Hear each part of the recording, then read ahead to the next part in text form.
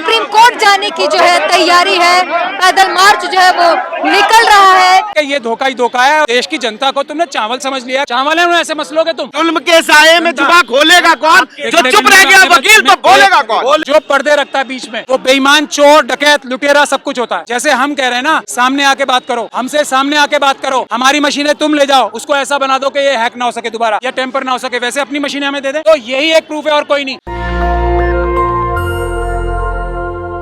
नमस्कार, मैं ब्यूटी गिरी और आप देख रहे हैं नेशनल दस्तक। एक बार फिर से पटियाला हाउस कोर्ट के पास खड़े हैं, जहां से फिर से वकीलों का पैदल मार्च निकलने वाला है और ये पैदल मार्च सुप्रीम कोर्ट तक जाने वाला है, जहां पर ईवीएम की लाइव हैकिंग करके डिमॉन्स्ट्रेशन दिखाए जाने का प्लान है। लेकिन वही पुलिस फोर्स की तैनाती देख लें तो पिछली बार भी डिटेन कर लिया गया था, इस बार भी तैनाती उतनी ही संख्या में है।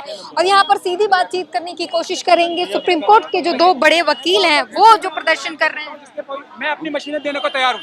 इलेक्शन कमीशन उसमें ऐसा जादू फूंके मोदी जी से लेके कि उसके बाद वो कभी टेम्पर ना हो सकती हो और उसके बाद वो रिजल्ट ना आ सकता हो। हमें कुछ घंटे दोबारा दें, हम उसमें दोबारा वैसा ही करके दिखा देंगे। इतनी सी बात है बस। राइट टू वोट का हनन है। अगर ईवीएम हैक होता है तो इसमें सीजीआई और इलेक्शन कमीशन क्यों कोई बयान जारी नहीं कर रहा? अब मैंने आपको सारी बात बता दी। इलेक्शन कमीशन तो अडानी जी के साथ मिलके ये साबित करने की चेष्टा कर रहा है कि ये फ्रॉड मशीनें सही हैं। आज से पहले सालों साल तक कभी जरूरत नहीं पड़ी है।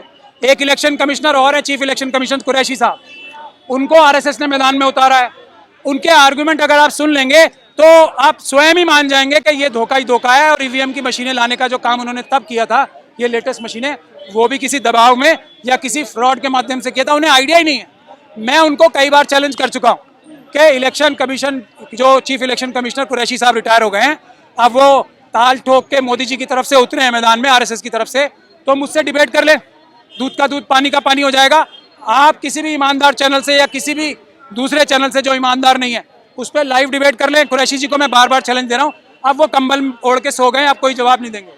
वो क्या एग्जाम्पल दे रहे थे सुनिए आप। एक चावल देख के, हम पूरी देख के वो बताते हैं कि पूरी देख के चावल ठीक है। भाई ये देश की जनता को तुमने चावल समझ लिया है कुरैशी साहब। चावल है ऐसे मसलोगे तुम। यही काम आरएसएस करती है, वही काम पे आप लग गए हो। कुरैशी साहब तो उस वक्त सीईसी थे जिस वक्त कांग्रेस की सरकार थी, जब यूपीए की सरकार थी। कांग्रेस, आप उन लोगों की भी बात नहीं मान रहे हैं जो अभी मौजूद है, उनकी भी फ्रॉडों की यही तो हमारा ब्यूटी है।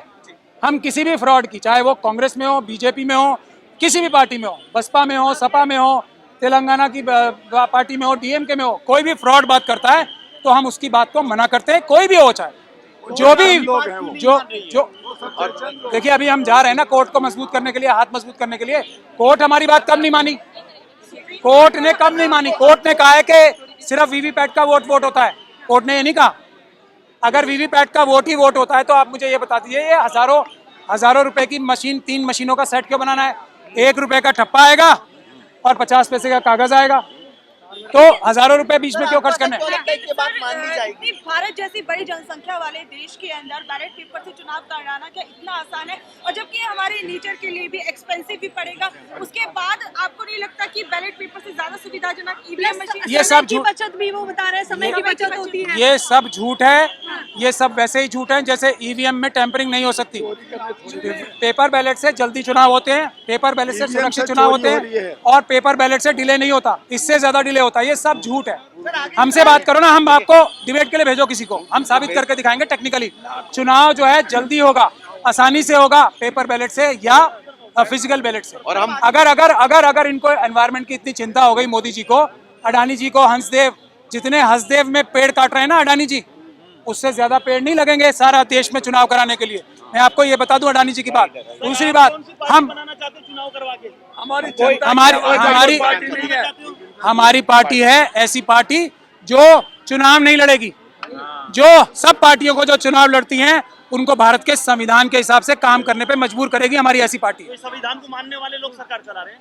ये संविधान की झूठी शपथ खा के, संविधान की शपथ को तोड़कर ऐसा काम करने वाली सरकार है। इसीलिए जनता ने हमें मजबूर किया है कि आप सड़कों पे आओ और हमारे नौकरों को ठीक से काम करने के लिए मजबूर करो। इसमें यही है, जुल्म के साये में जुबान खोलेगा कौन? जो चुप रह गया वकील तो बोलेगा कौन? जनता की पार्टी, देश की 140 या 44 करोड़ जनता है, वो जनता की पार्टी है। असली जनता की पार्टी वो है। जनता ईमानदार नेता चाहती है, क्या ईमानदार नेता अभी तक आए नहीं जब से देश आजाद हुआ है? वरना जनता में मजबूर करती है काम करने के लिए। आप ये बताओ ना, खुद ही बताओ, हमें क्यों मजबूर कर रही है जनता कि आप आओ? हमें क्या दिन रात हमारा फोन क्यों बज रहा है? एक फोन दिया वो क्रैश हो गया, क्यों? जनता मजबूर कर रही है ना हमें। आप पर आरोप लग रहे हैं, आप लोगों को भटका रहे हो, जनता को भटका रहे हो, क्या कहेंगे इस बारे में? पार्टी बनाकर काम करोगे या फिर ऐसे ही? ये आरोप झूठा आरोप है और इसीलिए आप आरोप बोल रहे हैं इसे।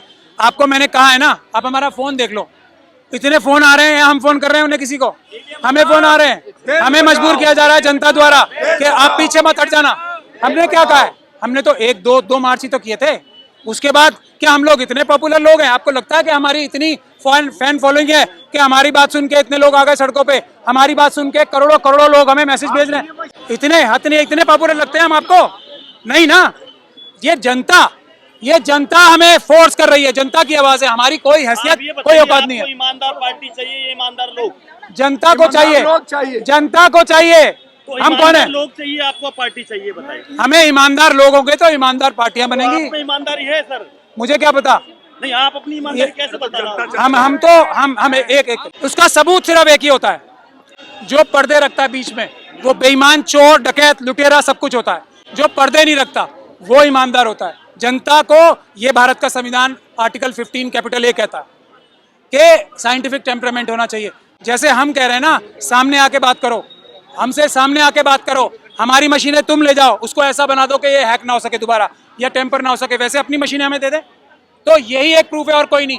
मैं बहुत अच्छा ड्रामेबाज हो सकता हूँ, कोई और बहुत अच्छा ड्रामेबाज हो सकता है, लेकिन आंखों के सामने, पूरी दुनिया के सामने सच्चाई बगैर पर्दे के जो करता है, जो बोलता है, वही सच्चा होता है और कोई प्रूफ नहीं होता किसी का भी। मैं भी झूठ बोल सकता हूँ। पार्टी का विरोध करने आए हो या ईवीएम जो मशीन है? ईवीएम को विरोध कर रहे हैं। हम ईवीएम को, जनता ने बोला है हमें ईवीएम का विरोध करने के लिए। तो आपने सुना किस तरीके से जो है लगातार अब ये जो है मार्च शुरू होने वाला है। ये मार्च जो है अब ये शुरू हो चुका है और ये अभी ये पैदल मार्च जो है सुप्रीम कोर्ट की तरफ जाने लगा है। पैदल मार्च जो है वो निकल रहा है और सुप्रीम कोर्ट के रास्ते जो है अब निकल रहा है।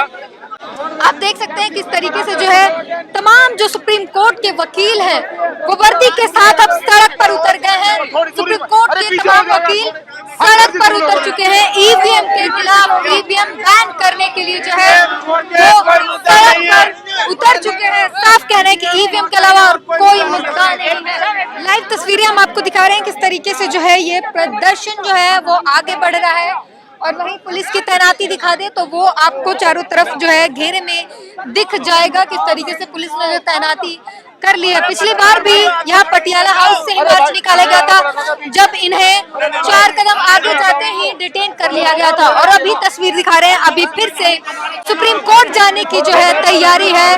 पैदल मार्च जो है वो निकल रहा है ईवीएम हटाओ बैनर तले जो है और सुप्रीम कोर्ट के जो है वकील जो है सड़क पर है। आपकी जहाँ तक नजर जाएगी सुप्रीम कोर्ट के वकील जो है वर्दी में वकील सड़क पर दिख रहे हैं। इस तरीके से जो है यहाँ पर लोग जो है जब तक सफल नहीं होगा, जब तक प्रदर्शन, तस्वीरें हम आपको दिखा रहे हैं किस तरीके से जो है लोग आगे बढ़ रहे हैं मार्च को लेकर। जो है सुप्रीम कोर्ट के वकील पर सड़कों पर हैं और मार्च जो है अपना निकल चुके हैं। यहाँ पर पुलिस की तैनाती देखिए, घेरे जो हैं वो रस्सी लगाकर जो है यहाँ पर पूरी पुख्ता इंतजाम किया गया है। तो रस्सी के सहारे जो है सड़कों को ब्लॉक किया गया है और तस्वीरें हम आपको सीधे दिखा रहे हैं। और ये मार्च जो है अब ये सुप्रीम कोर्ट के लिए निकल चुका है और आगे जाने वाला देखने वाली बात होगी कि क्या ये मार्च सुप्रीम कोर्ट तक जा सकता है या नहीं। अगर आगे देखें तो आगे से रास्ता ब्लॉक किया गया है, कैमरामैन को दिखाएंगे, ये आगे से रास्ता जो है ब्लॉक कर दिया गया है। तो ये जाएंगे कहाँ, ये बड़ा सवाल है, क्योंकि इनका जो मकसद है वो सुप्रीम कोर्ट तक जाने का है। सुप्रीम कोर्ट पर जाकर ईवीएम की लाइव हैकिंग दिखाने की जो है प्रोग्राम है। तो यहाँ पर जब रास्ता ब्लॉक कर दिया गया तो वो कैसे जाएंगे। और ये पैदल मार्च जो है आप देख सकते हैं आगे को बढ़ रही है और सुप्रीम कोर्ट के वकील जो हैं वो पटियाला हाउस कोर्ट के गेट नंबर 4 से ये मार्च निकाल रहे हैं, पैदल मार्च निकाल रहे हैं ईवीएम हटाओ के नारे के साथ। और मार्च के साथ आपको सभी जो है अपनी सुप्रीम कोर्ट के वकील जो हैं और तमाम जो वकील हैं वो ईवीएम हटाने के लिए जो है लगातार प्रयासरत हैं और कई बार प्रदर्शन कर चुके हैं और भी फिर से आगे जा रहे हैं। और यही बड़ी बात है कि तमाम जो वकील हैं वो सड़कों पर हैं ईवीएम हटाने के लिए, और ये मार्च आगे जारी है। तस्वीरें देखने बंदी की आगे जाने दिया जाता है या नहीं, क्योंकि पुलिस जो है डिटेन करने के लिए तैयारी में है। पूरी बातचीत पर अपनी प्रतिक्रिया जरूर दीजिए।